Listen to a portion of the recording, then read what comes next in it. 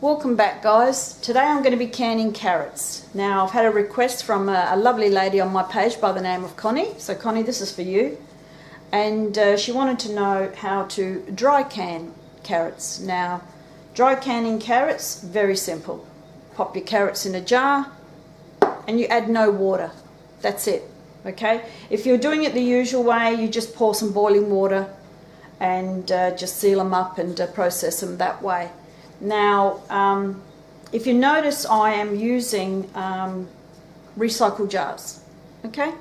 Now, these jars are from a pasta sauce, and they also have these lug lids. Now, the lug lids I think are amazing. I think they're the best. To be honest, I think they're the best.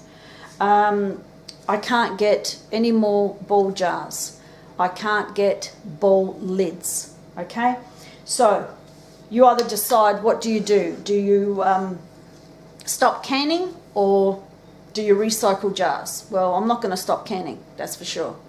Now, these are really thick glass jars. Now, sure, out there can be some that are thin, and I wouldn't can with those, especially in a pressure canner, but you know, they might be all right for a water bath. But these I have had no problems with. Now, ball jars, when you can get them, also are very expensive, right? It can be a very expensive hobby, okay? But very worth it, I must say. I mean, I love my ball jars, they're absolutely fantastic, okay? But having said that, these are thick. The glass is thick. What I love about these is sort of like a bit of an edge they got here. And when you pick them up with your jar lifter, you get a really secure hold to them. So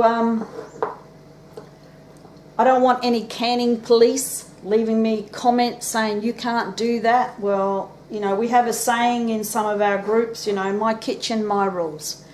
And I didn't want to let Connie down. So this is how we dry can.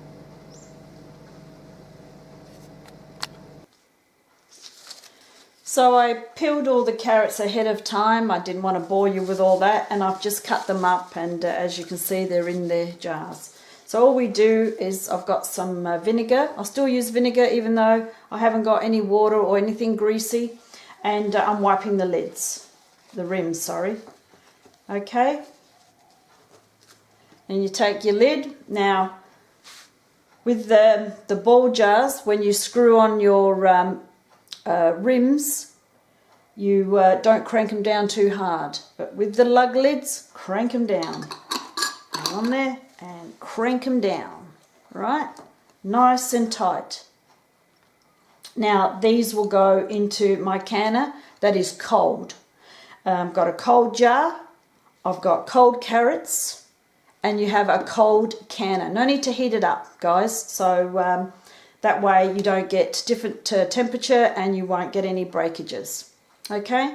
So I'm just going to do another one for you. Very simple. Wipe your rims, and at the same time you can check for any nicks or cracks or whatever, and put on your lid and crank it down. Okay? Just like that. Now I've just added 3 quarts of water into my canner, cold water. Now I'm going to add a splash of vinegar. Okay, now that's just to keep your jars from going cloudy. So cold canner, cold water, and just a splash of vinegar. Okay, and you've got cold jars. Now guys, I just thought I'd let you know that before every canning session, I rinse out my lid on the inside, outside, okay? And the same with the rubber gasket. Give it a rinse out and give it a wipe. And then with the gasket, I give it a light coating of oil. Now, the reason I do this is if you've got hard water or just any tap water, the chlorine, the calcium, it does build up, and it can deteriorate, especially your rubber gasket. So I thought I'd just let you know that. Now all the jars are in the canner and I've turned on the stove and I've got it on a very low heat. I don't heat my canner up on a full heat. I know some people have actually said to do that, but then I did a bit of research and I've read from a very experienced lady that she does recommend that you bring up your heat slowly. Okay guys, so the canner has heated up slowly and we're getting a lovely flow of steam here. Now we need to vent for 10 minutes and that's going to push all the cold air out of the canner. Now I've vented for 10 minutes and I just put on my jiggler and the little button there has just popped up. Now that tells me that there's pressure in the canner. So now we wait for it to come up to pressure. Now for my elevation it's 10 pounds. I let it go to 11 and then I'll start timing. Now these jars, they're the same size as pint jars, so we'll be canning them for 25 minutes. Now the canner has come up to pressure and the jiggler is rocking away. So now I'm going to set my timer for 25 minutes. Now guys, stay close to the kitchen, don't wander outside, don't go out in the garden or answer the phone, just stay close to the canner and keep an eye on it. Okay guys, it's been 25 minutes and I've just turned off the stove and now I'll let the canner depressurize. This could take between 20-30 minutes, at least mine does anyway. So I'll bring you back when I get the jars out of the canner. Now the canner has depressurized and the little nipple has popped down, so that tells me there's no more pressure in the canner.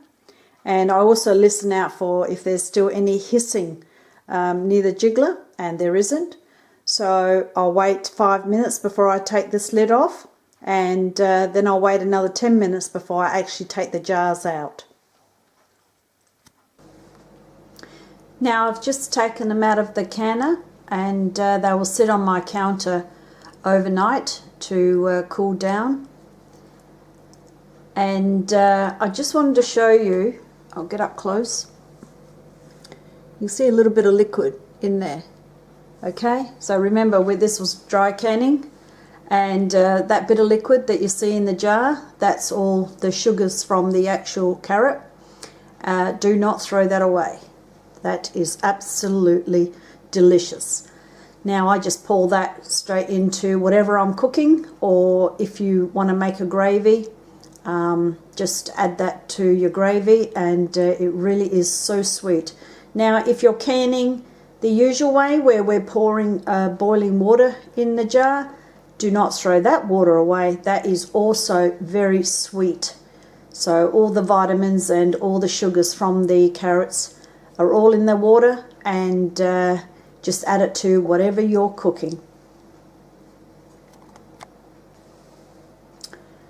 Now, as I said guys, these jars, they're going to sit on my counter overnight. Once they start cooling down, I'll start hearing them pop, so that will be them sealing. And by tomorrow I can give them a little wash and label them and then put them away on my shelf.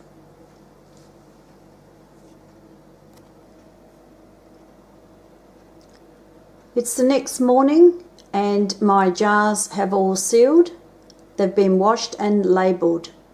Now I hope, Connie, that this gives you a bit of an idea. It's very simple, as you can see, and they didn't shrink down as much as they normally do, which is good, I suppose. I did pack them in, so just make sure you pack them in.